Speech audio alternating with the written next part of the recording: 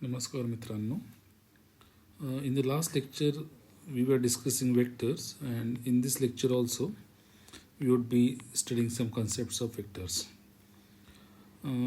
Vector म्हणजे काय तर वेक्टर म्हणजे आपण सांगितलं की it has got both the magnitude as well as direction. म्हणजे सपोज हा वेक्टर आहे तर त्याला एक मॅग्निट्यूडसुद्धा आहे. वेक्टर ए त्याला एक मॅग्निट्यूडसुद्धा आहे आणि त्याला एक दिशासुद्धा आहे, डिरेक्शनसुद्धा आहे. So that becomes a vector. And we said that these vectors can be added and the addition can be found out by a triangle law. म्हणजे उदाहरणार्थ आपण असं डिस्कस केलं मागच्या लेक्चरमध्ये की सपोज हा ए वेक्टर आहे आणि आपल्याला सपोज बी वेक्टरशी ॲड करायचा आहे हा. तर हा ए वेक्टर दिस इज स्टार्ट, याला आपण टेल म्हणूया, आणि दिस इज हेड, याला आपण हेड म्हणूया. हेड म्हणजे डोकं आणि याचं टेल म्हणजे शेपूट असं म्हणूया. तर याची हा जो दुसरा वेक्टर जो ॲड करायचा आहे त्याची टेल या हेडला जोडायची आणि you draw this like this. Okay. आणि त्यानंतर ह्या दोघांचं जे ॲडिशन होते that can be found out by the triangle law. तर आपण जो रिझल्टंट म्हटलो, रिझल्टंट आर किंवा दोघांचं ॲडिशन ए प्लस बी, तर this can be found out by triangle law. हे आपण मागच्या लेक्चरमध्ये शिकलो आहोत. आणि सपोज एकपेक्षा जास्त वेक्टर असतील ॲड करायचे तर this addition can be found out by polygonal law. Okay. आता असं समजूया की हा वेक्टर ए बी आहे, हा या दिशेला आहे आणि राईट दिशेला आहे, उजव्या दिशेला आहे, आणि वेक्टर ए बी ए हा विरुद्ध दिशेला आहे, डाव्या दिशेला आहे. ओके. तो आणि असं समजूया की दोघांची लेंथ ही सारखी आहे, म्हणजे मॅग्निट्यूड ही सारखी आहे. वेक्टर काढला आहे त्याची मॅग्निट्यूड सारखी आहे. तर अशा वेळेस समजा आपण ते ॲड केलं तर ए बी म्हणजे हा राईट साईडला जाणारा वेक्टर आणि बी ए हा जो लेफ्ट साईडला जाणारा वेक्टर, आणि दोघांचे मॅग्निट्यूड सेम आहे, ते जर आपण ॲड केलं तर ॲटोमॅटिकली आपल्याला लक्षात येईल की हा ए आणि बी हा कोइन्साइड होऊन जाईल आणि तो नल वेक्टर होईल. सो नल वेक्टर म्हणजे काय तर नल किंवा याला झिरो वेक्टरसुद्धा आपण म्हणूया, zero vector. So zero vector म्हणजे काय तर झिरो वेक्टर म्हणजे त्या वेक्टरला मॅग्निट्यूड झिरो आहे असं. Null vector is vector whose magnitude is zero.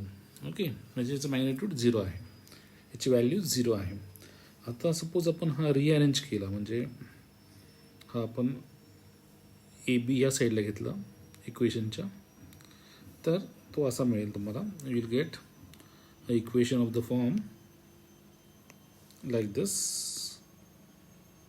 अशा पद्धतीने तुम्हाला इक्वेशन मिळेल, म्हणजे B A is equal to minus A B. तर अशा वेळेस we call this vector as a negative vector. So negative vector म्हणजे काय तर नेगेटिव्ह वेक्टर म्हणजे it is a vector which is having equal magnitude. म्हणजे मॅग्निट्यूड काय equal आहे परंतु डिरेक्शन त्याची अपोजिट आहे. इक्वल मॅग्निट्यूड परंतु अपोजिट डिरेक्शन, तर त्याला आपण नेगेटिव्ह वेक्टर असं म्हणतो. आणि हे दोन्ही जे वेक्टर्स मी काढलेले आहेत ते तुम्ही जर बघितले तर ते पॅरलल वेक्टर्स आहेत. तर हे हे हे अँटी पॅरलल आहे, अँटी पॅरलल. तर मी पॅरलल आणि अँटी पॅरलल वेक्टर्स म्हणजे काय ते तुम्हाला सांगतो. Let us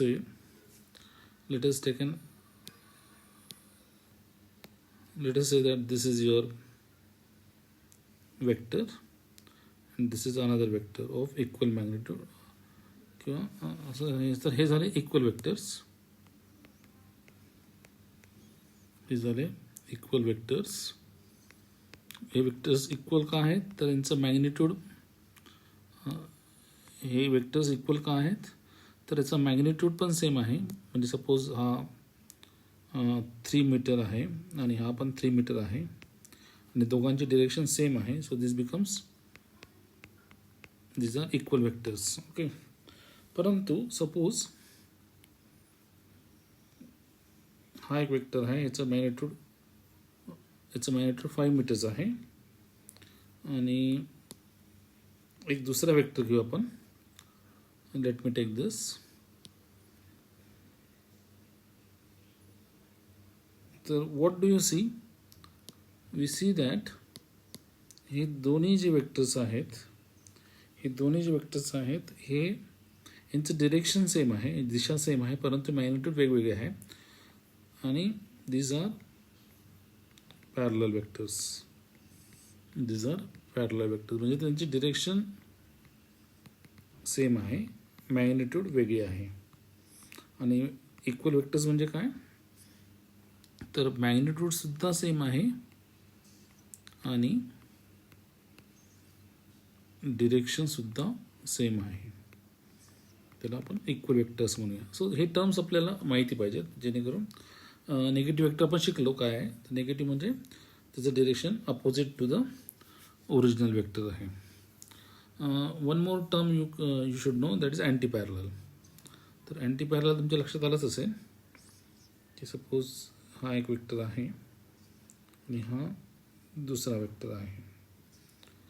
late us say that this is a 4 metre, this is a 1 metre.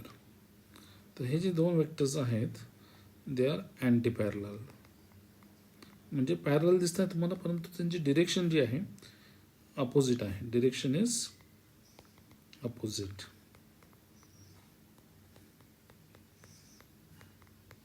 तर त्यांना आपण अँटी पॅरलल वेक्टर असे म्हणूया.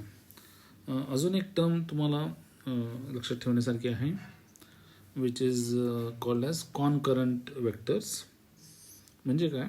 तर दोघांची शेपटी ही एकच पॉईंटपासून सुरू होते. म्हणजे समजा हा एक वेक्टर आहे, हा एक वेक्टर आहे, तर दोघांची शेपटी एकाच दिशेने सुरू होते. जे हेड आहे हा इकडे आहे, याचा हेड इकडे आहे आणि दोघांचे टेल जे आहे, याची शेपटी इकडे. दोघांची शेपटी ही एकाच पॉईंटपासून सुरू होते. So this two vectors, let us say हा समजा ए वेक्टर आहे, हा समजा बी वेक्टर आहे. सो ए आणि बी वेक्टरला आपण कॉनकरंट वेक्टर असं म्हणतो. तर हे टर्म्स थोडे समजून घ्यायला हवे. आता when we talk about addition, आपण मागच्या वेळेसच बघितलं आहे की जेव्हा आपल्याला वेक्टर्स ॲड करायचे असतात, तर सपोज हा एक वेक्टर आहे आणि एक दुसरा वेक्टर आहे.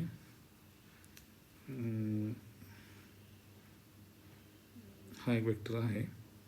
तर ते जेव्हा आपण ॲड करतो तेव्हा तशी ॲडिशन आहे. सपोज हा वेक्टर ए आहे आणि हा वेक्टर बी आहे. तर जे ॲडिशन आपण शिकलो की ए प्लस बी हे ॲडिशन आहे, that is triangle law of addition of vectors. Okay. परंतु हेच ॲडिशन आपण एका वेगळ्या लॉने सुद्धा आपल्याला समजून घेता येईल, which is called as a parallelogram, which is also an important law. तर त्याला law of parallelogram of vectors असं म्हणतो. तर हा काय लॉ आहे, तर तो आपण समजून घेऊया. पॅरलेलोग्राम म्हणजे तुम्हाला माहिती आहे, parallelogram.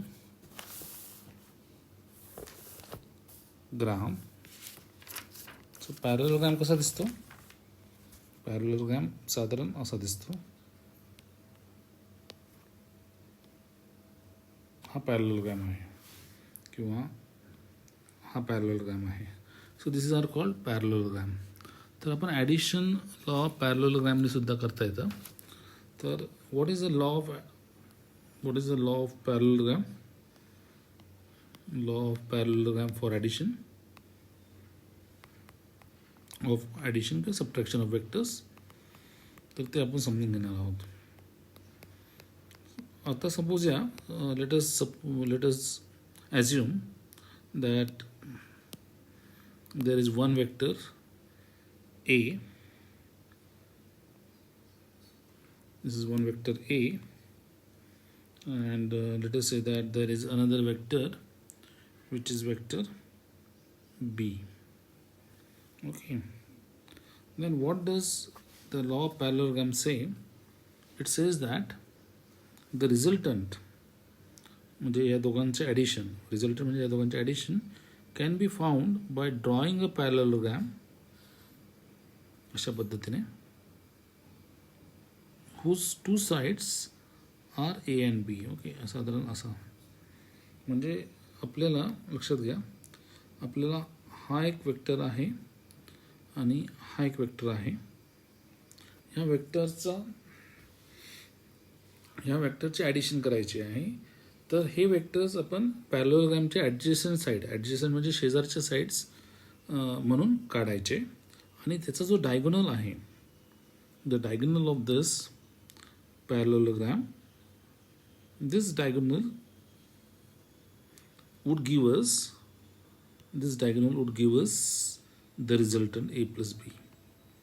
So this is called as a law of parallelogram addition of vectors. Okay, तर हा महत्त्वाचा लॉ आहे. दॅट इज सो जे आपल्याला ट्रायंगल लॉने मिळालेलं आहे. ट्रायंगल लॉमध्ये आपण काय करत होतो, ट्रायंगल लॉमध्ये आपण हा ए वेक्टर होता आणि हा बी वेक्टर होता.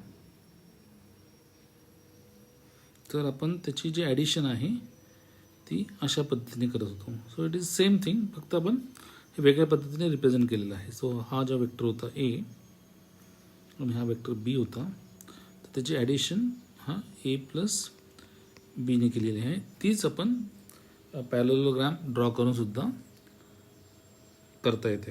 आणि त्याचा ॲडव्हान्टेज काय होतो की when you draw this as a parallelogram, then we can easily find the magnitude म्हणजे त्याची व्हॅल्यू. मॅग्निट्यूड सहजपणे आपल्याला काढता येते when you are drawing it as a parallelogram. Okay, म्हणजे याच्यासाठी तुम्हाला ही टर्म ही आपल्याला सिद्ध पण करता येईल. पण आता आपल्याला समजा त्याची मॅग्निट्यूड काढायची, म्हणजे रिझल्टंटची मॅग्निट्यूड काढायची. तर ती मॅग्निट्यूड ही सिद्ध करता येते is equal to A plus B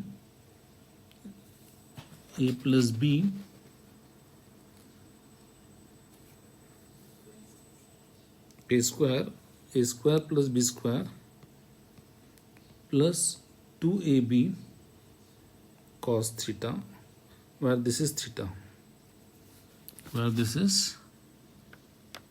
theta is the angle between the two vectors. Okay, theta is the angle between the two vectors, that is this हा पूर्ण जो आहे जो थीटा आहे 2ab cos theta चा स्क्वेअर रूट हे आपल्याला सिद्ध करता येतं. Okay, that is A square plus B square plus 2ab cos theta is the magnitude of. हे जेव्हा मी असे बार काढतो आणि ए आणि बी असं लिहितो तेव्हा याला म्हणता मॅग्निट्यूड, म्हणजे याची व्हॅल्यू, डिरेक्शन नाही. आणि मग डिरेक्शन कशी कळेल, तर डिरेक्शन करण्यासाठी म्हणजे तो अँगल तुम्हाला हवा माहिती हवा, तर तो अँगल म्हणजे सपोज त्या अँगलला आपण अल्फा असं म्हणू विथ रिस्पेक्ट टू हॉरिझॉन्टल. तर तो अँगल